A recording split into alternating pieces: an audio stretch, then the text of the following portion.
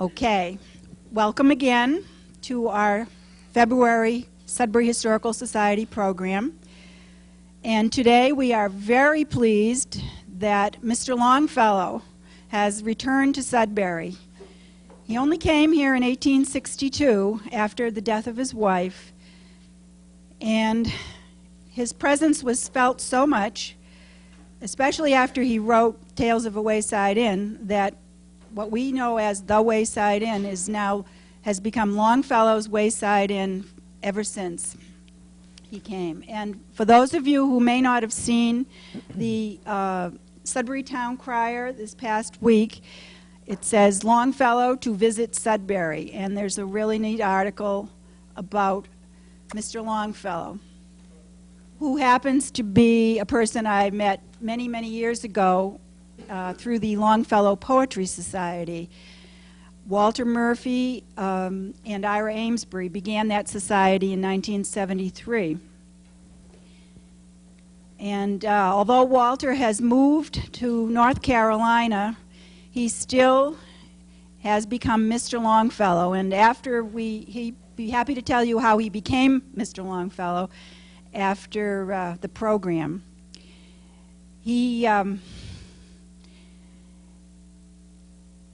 He's quite an interesting person as Walter Murphy, but I think today you will find he's quite interesting as Mr. Longfellow.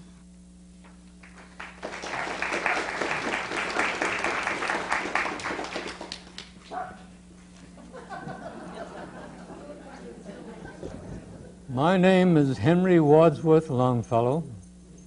I have been known in our own country and in others of the world as a poet, and yet I feel sure that I've been just as active as a teacher at Bowdoin College in Maine, and of course at Harvard here in Massachusetts. Also, I've done some very good translations in my lifetime. I was born in Maine and spent my youth there in Portland and Brunswick, but most of my adult years, however, was spent in Cambridge, Massachusetts. At the time of my birth, 1807, Maine was still a part of Massachusetts. Both states then may claim me as their native son, if they so desire. For 40 years or so, I lived in the big house on Brattle Street in Cambridge. This lovely place was given to us, Fanny and me, as a wedding gift by Fanny's folks, the Appletons of Boston. It was here in this house that Fanny and I raised our 5 children, and where I wrote most of my more than 400 poems. These poems include the well-known Psalm of Life, which I'm sure many of you read, The Children's Hour, The Village Blacksmith, and From My Armchair. The Village Blacksmith and From My Armchair are integral parts of the story I am about to tell. I call it The Tree That Became a Celebrity. Some have called it The Tree That Became Immortal. I'll take either one of these. It's fine. The spreading chestnut tree was to become my armchair, where it would sit in my study to be seen by hundreds of visiting people to my Brattle Street home. That house and property, though, as you now know, is a National Historic Site, which means, I suppose, that I can never live there again, except perhaps as a ghost. I would have enjoyed sitting in that armchair of mine just one more time, but I'm getting ahead of my story. The story begins with one of my many walks along Brattle Street in Cambridge. On that day, this one day, I stopped, as I always had, at the blacksmith shop. And there I would watch the smithy do his magic transformations. I stood with other onlookers in the shade of the chestnut tree out in front of the smithy's shop. From my shady viewing point, I followed the smithy's movements as he prepared to forge a piece of iron into a useful tool. I said he was magic. I listened and waited, as always, with a buildup of boyish excitement for the roar of the bellows. When the great bellows blew, the fire flared hotter, and soon the sparks began to fly. Then came the climax as the smithy carefully extracted the white-hot piece of iron from the fire and, still holding the piece in his anvil, began swinging his sledge to shape it. It was on that day, as I watched the smithy working his forge, that I felt compelled to write the poem I later called The Village Blacksmith. The year was 1839. And excuse me for getting ready to do that, but it's one great poem, and I know you wouldn't want to miss it. Under the spreading chestnut tree, the village smithy stands. The smith, a mighty man is he, with large and sinewy hands, and the muscles of his brawny arms are strong as iron bands. His hair is crisp and black and long. His face is like the tan. His brow is wet with honest sweat. He earns whatever he can. He looks the whole world in the face, for he owes not any man.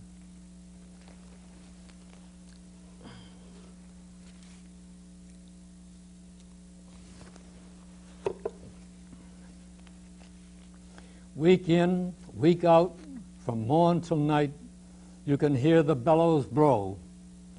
You can hear him swing his heavy sledge with measured beat and slow, like a sexton ringing the village bell while the evening sun is low.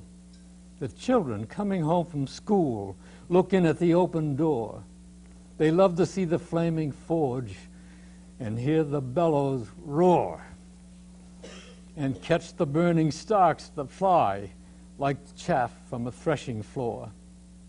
He goes on Sunday to the church and sits among his boys. He hears the parson pray and preach. He hears his daughter's voice singing in the village choir, and it makes his heart rejoice. It sounds to him like her mother's voice, singing in paradise. He needs to think of her once more, how in the grave she lies, and with his hard, rough hand, he wipes a tear out of his eyes. Toiling, rejoicing, sorrowing, onward through life he goes. Each morning he sees some task begin. Each evening sees it close. Something attempted, something done, has earned a night's repose. Thanks to thee, my worthy friend, for the lessons thou hast taught. Thus at the flaming forge of life our fortunes must be wrought. Thus in the sounding anvil shaped each burning deed and thought.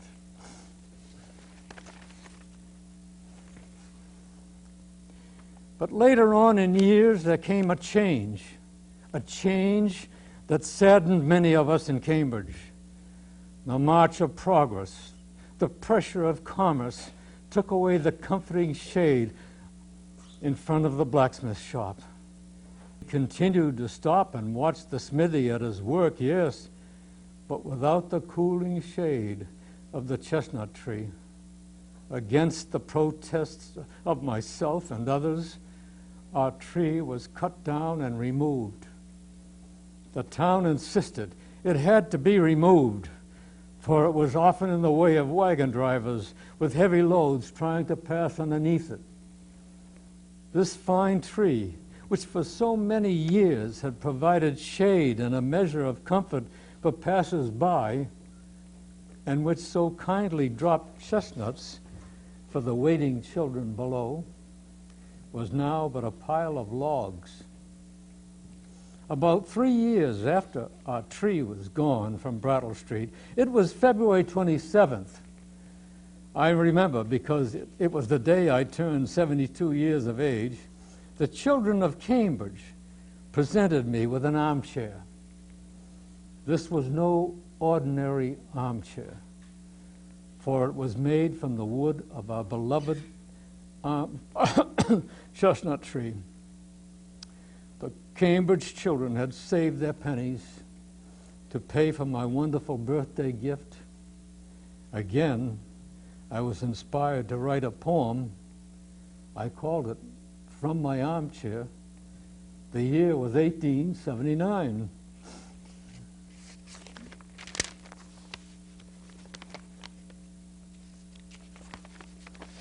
From my armchair, am I a king that I should call my own, this splendid ebon throne? Or by what reason, or what right divine, can I proclaim it mine? Only perhaps by right divine of song it may to me belong, only because the spreading chestnut tree of old was sung by me. Well, I remember it in all its prime, when in the summertime the affluent foliage of its branches made a cavern of cool shade.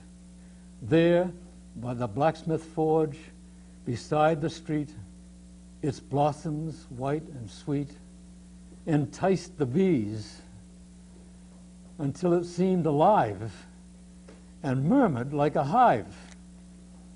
And when the winds of autumn, with a shout, tossed its great arms about, the shining chestnuts, bursting from the sheath, dropped to the ground beneath. And now some fragments of its branches bare, shaped as a stately chair, have by my hearthstone found a home at last, and whisper of the past. The Danish king could not in all his pride repel the ocean tide. But seated in this chair, I can in rhyme roll back the tide of time. I see again, as one in vision sees, the blossoms and the trees. But seated in this chair, yes, the children's voices shout and call, and I can hear them.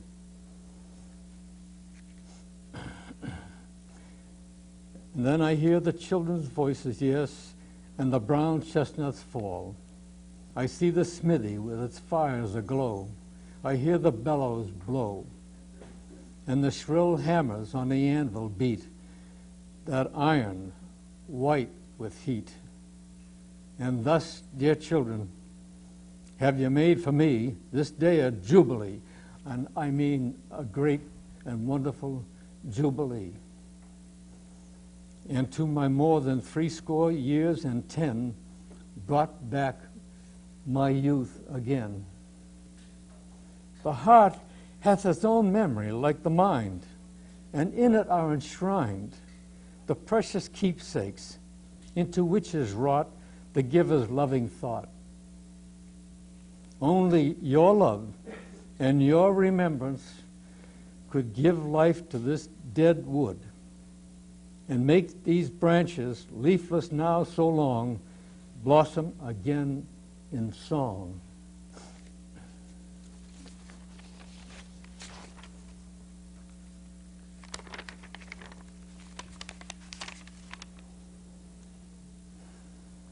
For years afterward, whenever the children dropped in from school on their way home, I let them have turns sitting in my chair. And each visit of the youngsters would remind me of that chestnut tree and the wonderful birthday gift from the lovely children of Cambridge.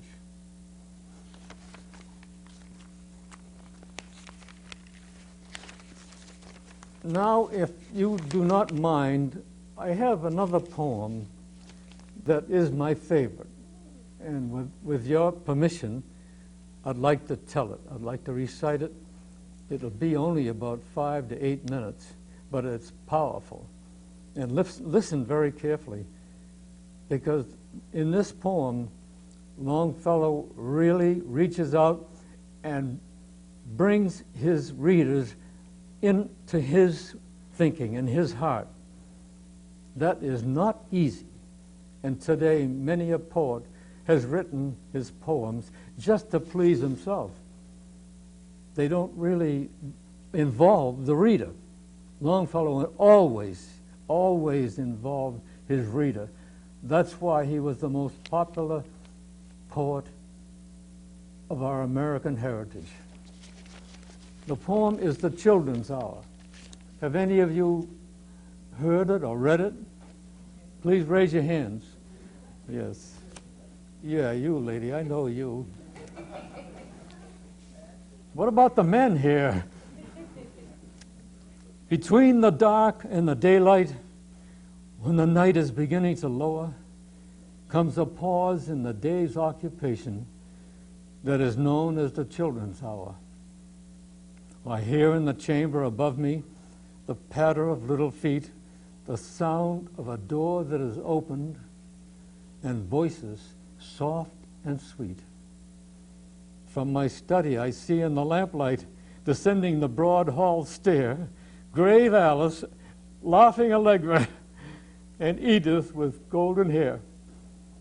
A whisper, then a silence, yet I know by their merry eyes they are plotting and planning together to take me by surprise.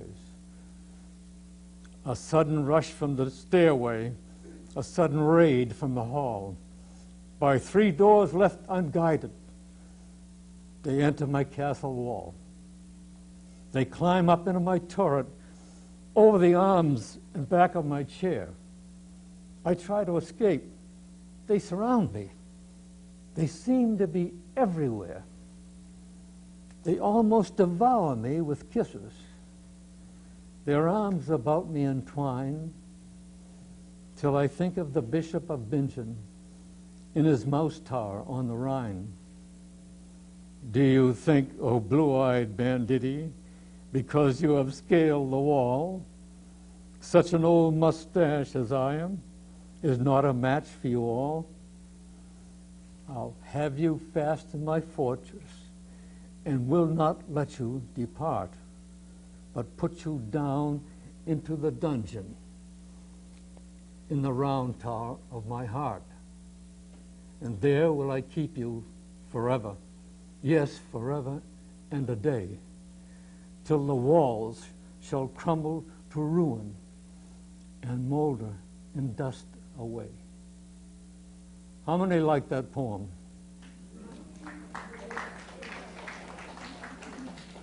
I'm glad that it's my favorite. You better applause. That's a good idea. Now, at this particular point, I'd like to say one thing about Henry Wadsworth Longfellow. I know for sure that there are some of you that have tried yourself to write poetry, and some of you have yearned to get something published and get to be known as a poet. There is one thing you must always remember when you're writing poetry, and Longfellow knew this right from the beginning. You do not write for yourself. You do not write a poem and look at it and say, boy, is that great. Wow, is that great. You've got to look and listen and see if you can detect what the public want, what they want to hear, and get them involved in what you are writing. If you don't get them involved, then you're writing for yourself, and it might as well be writing to the wall. Writing poetry is writing for people. And any other idea you have about it, how clever you are, or how good you think you are, try to think of whether your readers will like this poem and relate to it and get involved in it. Longfellow, almost anything he wrote became popular in time. So popular that, for instance, his courtship of Miles Standish sold 10,000 copies just in England in one day. try to understand, by the time he started writing that book, thousands of people all over the world had been reading him. All over the world, and you're probably wondering, well, tell me. Well, take China, for instance. Longfellow received a gift from the Chinese government. It was one of those fans, you know, those days they didn't have electric fans, of course. It's one of those paper fans that you... On the back of the fan was written, in Chinese, a Psalm of Life. Think about that one. That's just one of his many, many gifts. He was the first poet to have his bust placed in Westminster Abbey in Poets' Corner.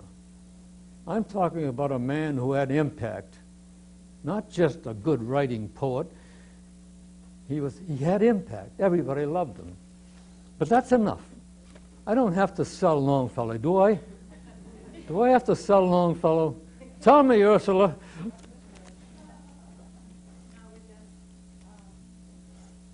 We did want you to stay in character.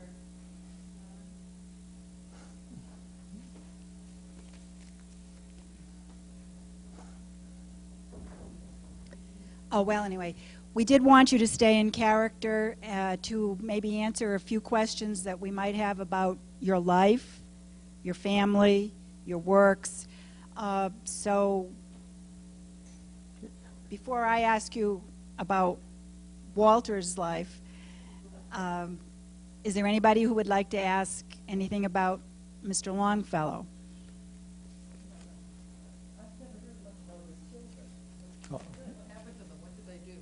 What happened to you, well, who were your children and what happened to them? The children? The three girls, of course, one of them, I think they got married and had families, but not large families. I know that one of them had a daughter named Anne Longfellow. And I know that they all went on to live pretty good lives. They lived longer than the boys. Stephen lived quite a while. And of course, Alexander, he did pretty well. But I think now, too, that you should know, although I'm talking about 5 children, if my memory is any good at 200 years old, we would have had a 6th. But the little boy did not make it. We were going to call him Henry. That made me very sad, but that's life. So. Hmm? Descendants? Would you get closer to Are there her? any descendants? Mrs. Longfellow just asked the question. Yes, Edith, I think, is still alive. Edith, I don't know her last name now after so many years, but she's still alive. They planted a tree for him not too many years ago.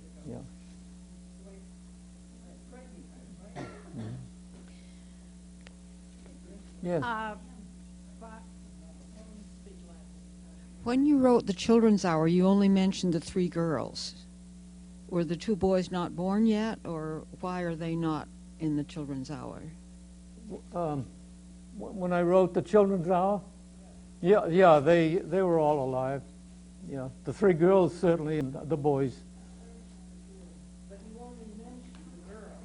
You didn't mention Oh yes, I just mentioned the girls in that poem. Yeah, and that's because at the time they were living home, and the boys were not. Yeah. How did you meet Dr. Parsons? And was he anything of a writer too, or simply a dentist? In the Tales of the Wayside Inn, they were friends of yours. You really never had much to do with the Wayside Inn. It's the truth be known. It was actually closed, but the point is that when you wrote the Tales of the Wayside Inn, there was a Dr. Parsons, and you had some acquaintance with him and the other people that you wrote about in the Wayside Inn. Did you Yes, want to? I did have some acquaintance, sometimes not personal, sometimes through works or their lives. So I knew who I was talking about. I knew who I could use, in other words, when that happened. You don't try to use someone that you don't even know. And I knew of course, the one she mentioned, certainly, and the others. I knew of them, and I knew I could use them in my book. Oh. And here's the book. Tales of the Wayside Inn. That's an old edition, isn't it? Certainly is. Any other questions before we...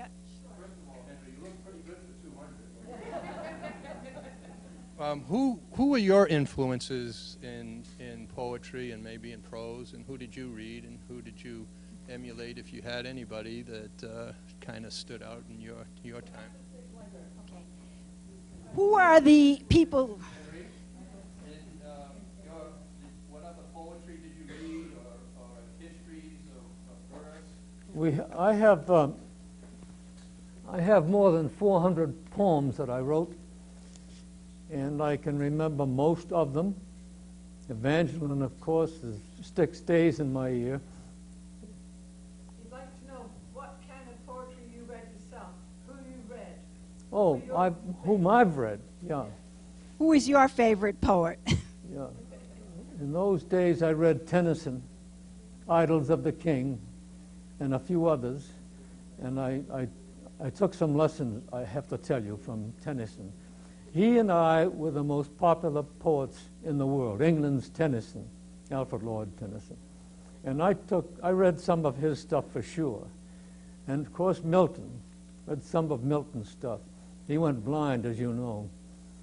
And I read a few others of that era. Shakespeare, naturally, nobody overlooks Shakespeare. And some of his sonnets gave me some ideas, but not word for word, of course, you can't do that. But the ideas and how I might use some of that thoughts into my sonnets. By the way, even today, some of the writers and critics feel that although they no longer want Longfellow, my sonnets were of the very best. So it... How about your years at Bowdoin College when you were a professor? Who? When you were in Bowdoin College, you were a professor? Oh, the professor, yeah. How did you get your textbooks? They didn't happen in those days. When you were at Bowdoin.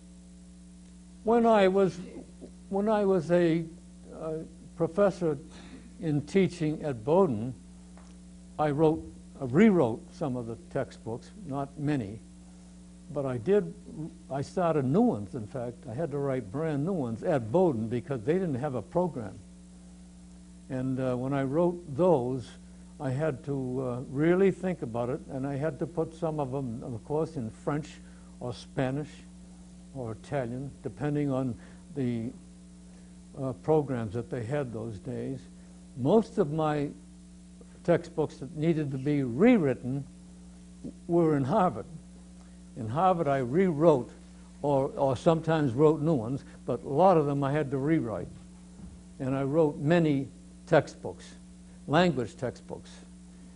And I was also at Harvard the first professor to call a student up by Mr. Jones or Mr. Smith, and this caught on. The top level didn't think the idea was that great. These are only students. Why would you call them Mr.? But I felt they had every right to be called, in a polite way and give them that much attention and whatever. And they liked it. They liked it very much, and I related well to the students. And sometimes when they had a problem, and they used to argue with it, how they're going to do the lesson or whatever, one of them would say, let's go and ask Mr. Longfellow. We can always count on him. One of the other professors heard them say that, so I felt pretty good about it. Thank you. Maybe one more? Since we do a reenactment of the Ride of Paul Revere, and that's probably the best known poem for us around here in Sudbury, I note that you didn't mention it. Can't. Paul Revere? The Midnight Ride of Paul Revere. Listen, my children. Yeah, what does she want to know? She wondered why you didn't mention the Midnight Ride of Paul Revere. Yeah. There were so many, he had to pick and choose. Yeah, I should have done that. That poem went over very big. And it's only recently that anybody cared to question its authenticity. Only in these modern days. Only with Americans here. Things over big with the English. Yes, there you go. There's a lady Longfellow from is England. English. She'll tell you. But yes, I knew that he didn't complete the ride. Of course, I knew that. But I had trouble, I'll bet you have guessed, any one of you. I had trouble rhyming with Prescott. And Dawes I might have tried, but I thought Revere would be easy, and he was known. Don't forget, Revere was well known by this time.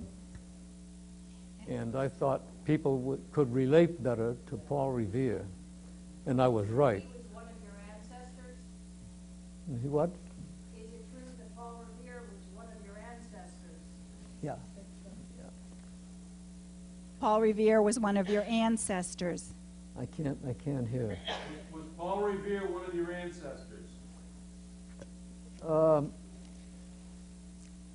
Paul Revere was not an ancestor, but Paul Revere was a close ally to one who was an ancestor. Paul Revere served under Wadsworth, Admiral Wadsworth, and he was in charge of the campaign in Italy many years ago, of course. And also he was in charge of the ships here in America in the beginning of the Revolution, our Navy, so to speak. But a lot of disasters happened. I don't want to go into details because I don't want to paint in black, but a lot of things went wrong with our Navy. They didn't fight the British as well as they should have, and of course the British wiped them out, more or less, to be blunt about it. And Paul Revere also was going to be charged with disobedience to a naval order, and he was going to be brought up for disobedience. He didn't obey the orders given by Admiral Wadsworth. Admiral Wadsworth told him, go up and set the cannons before the British come, and Paul didn't do that. So I didn't want to mention that in his Midnight Ride. Well, thank you. Why did you grow a beard? Why did I grow a beard? In those days, the beard was a very popular thing. It is not like today. You could grow a beard and you could be welcomed anywhere. But you had to tend to it, of course. You had to keep it well brushed and well kept. But I really was a little bit vain, if you don't mind my saying so, vain about my looks. If you read into the history, you'll find out, without my saying anything more about it, that I like to dress very fashionably, I'll put it that way, fashionably, and with the long dark coat and the stovepipe hat. And I liked to look proper going out when I walked down Brattle Street. And in my neck, the scars from the fire still showed quite prominently. Scars do have a way of showing up different than the rest of the skin. And I didn't like the idea of somebody pointing to them or saying things about them, so I thought, the best thing is just to grow a beard. Yes. Where did you get the scars? The scars I got when I rushed down the hall, hearing my Fanny scream. And I rushed down the hall, and I tried to throw blankets and scarves and everything over her. She was she was alive, I shouldn't say alive, but she was bright with fire. There was, all of her clothes had caught fire from some candle wax that she had dropped down on them while she was trying to put a hair from one of her boys into an envelope, and it dropped down on her clothes. In those days, I don't think I have to remind you, in those days, nothing was fireproof that I can think of going back. And she caught fire, and before I could try to get the fire out, she had perished. But I got burnt. I got burnt in the hands, too. I still have some markings from the hands. And the neck, I got burnt there. So it was a tragic moment. This was Fanny Appleton, his second wife. And right after she died, you were in quite a depression. I didn't write for months after she died. Not for 3 or 4 or 5 months. I can't remember exactly. I know it was a long time. And finally, if you're a poet, it's awful hard to put the pen away for good, no matter what happens to you. I know because I still write. Even at 200 years old, I'm still writing. This is not Paul Revere writing either. Well, we thank Mr. Longfellow. It looks like people have questions, but maybe we can go in and out of character. I just wanted to bring Mr. Longfellow into the character of Walter Murphy and tell you a couple of things that you didn't know. He's the father of 6 children, some of whom are here today, 13 grandchildren, some of whom are here today, and as I mentioned briefly, he started the Longfellow Poetry Society in 1973, but maybe Walter, now you're Walter, could tell us how you became Mr. Longfellow. Yes.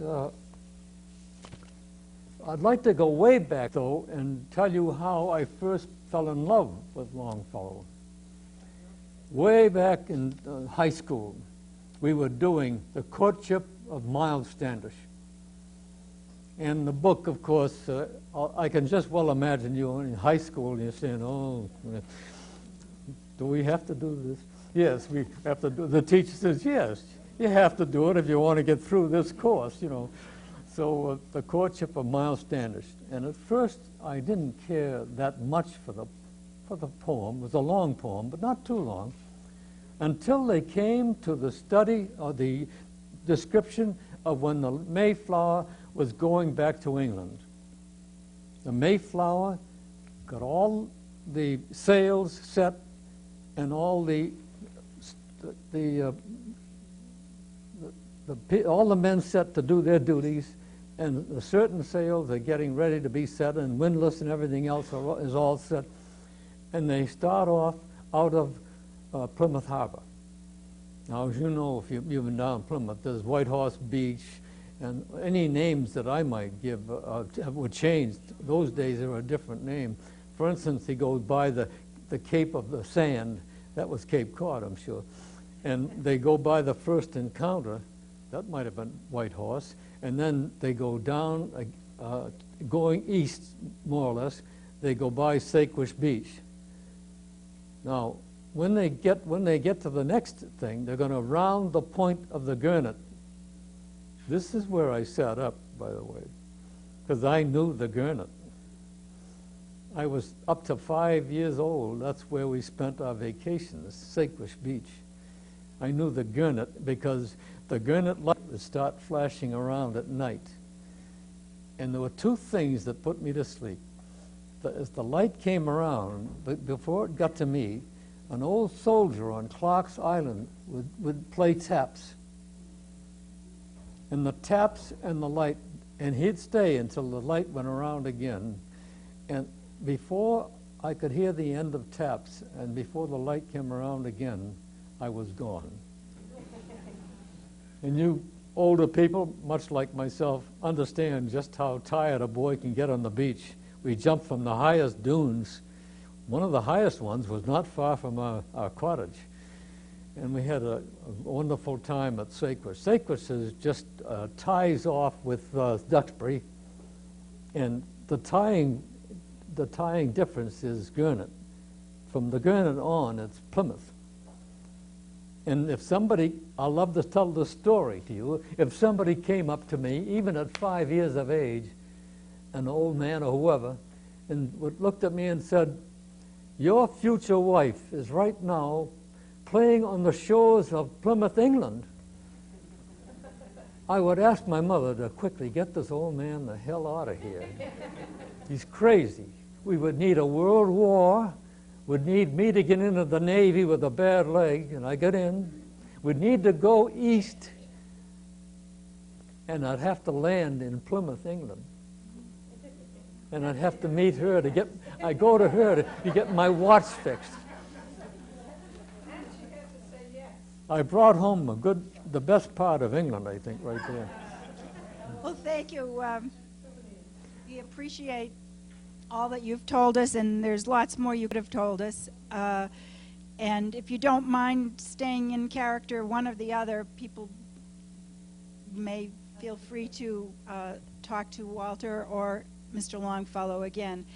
Just want to call your attention to the paintings that Lee Swanson has put out from Thelma McGall Pinehurst. Is her family here by any chance? She was a supporter of our society who just died this past week, and has donated her paintings to the society. And I also want to thank Lee Swanson for putting out many of the poems of Longfellow, which were made into songs, and those are being displayed on the under the glass cases. I'd like to mention the final chapter there on my becoming Mr. Longfellow. It was years later, out of high school, and World War II was gone by, and I'm home now, and I'm getting grandchildren coming along for me. And my first grandchild was Megan Murphy, and she was talking to her teacher, and the teacher was talking to her and asking her if any of the kids knew anything about Longfellow or Hiawatha.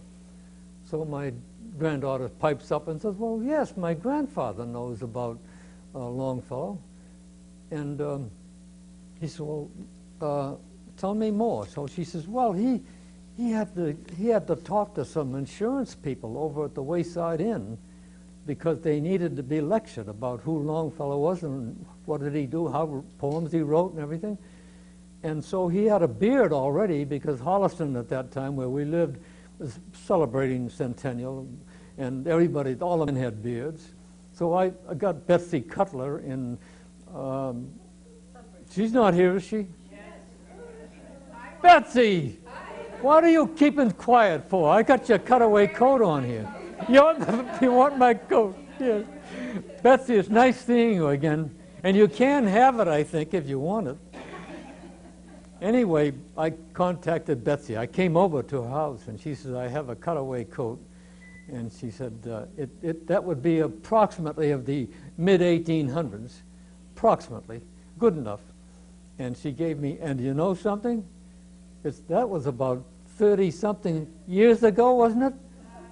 20 or so, yeah. Yeah, and I owe her the coat, and I've never gone back. And I'm trying to write a letter now to thank her. I'm a little late, don't you think? Yes. Are you finished with your story? I don't want to cut you off. What? Are you finished with your story about how you just became one more, Longfellow? just a few minutes. Anyway, I told her that I had spoken to these insurance people because the Wayside Inn innkeeper, Frank Copice, had given me a room, given us a room at the inn, depending on who didn't take this room. We were the last, of course, and we expected that. We shouldn't get the best rooms. But we would have a room, and finally he came up to me one day after 2 or 3, 4 years, whatever it was, and he says, "Walter," I said, "What is it, Frank?" "It's payback time. You've got a beard, haven't you?" I said, "Yes, I have a beard." He says, "I want somebody to speak as Longfellow to an insurance group, and I don't know of anybody better than you that could do this, as Longfellow." And he says, I know, what about clothes, the old... I know a woman in town that will help you with that. So I came to Betsy later, and I got this cutaway coat. And the Boston Globe happened to be there, so out comes the photograph from the Boston Globe. So the teacher said to Megan, was that the man and I saw in the Boston Globe? Yeah, she said, that's my grandfather. So from then on out, I had to do that class for her as Longfellow. But don't forget, she's got 2 sisters coming along, too. The next sister wants it, of course. I want it too, Ma. He did it for her. So I said, all right, I'll do it for Sarah. And then later on, Rachel wanted it done. That was on a cold night. Even my van that I drove up in shivered that night. It was so cold. And I got a room at the inn, and it was Jerusha's room. Number 9. Purrington. She came in, and they were going to give me room 7. And she piped up and said, oh, can't we have room 9? And That's the Purrington haunted room, said, in case you didn't know. give them room 9. So Mr. Longfellow had an inn at the inn, even so. Thank you very much.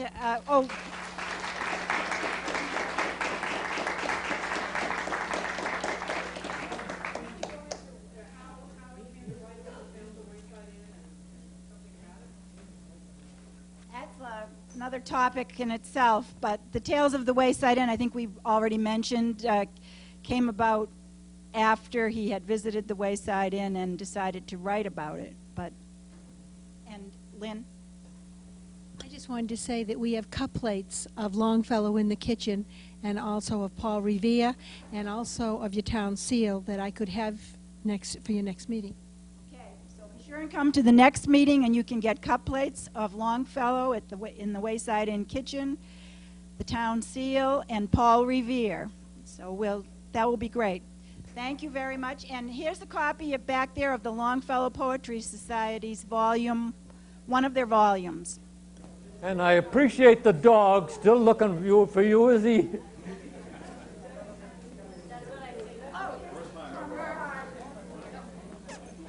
Take a look Can I at get it. a picture of you with my son? He's doing a project on you. Absolutely. What project is he doing? On Henry Wadsworth Longfellow.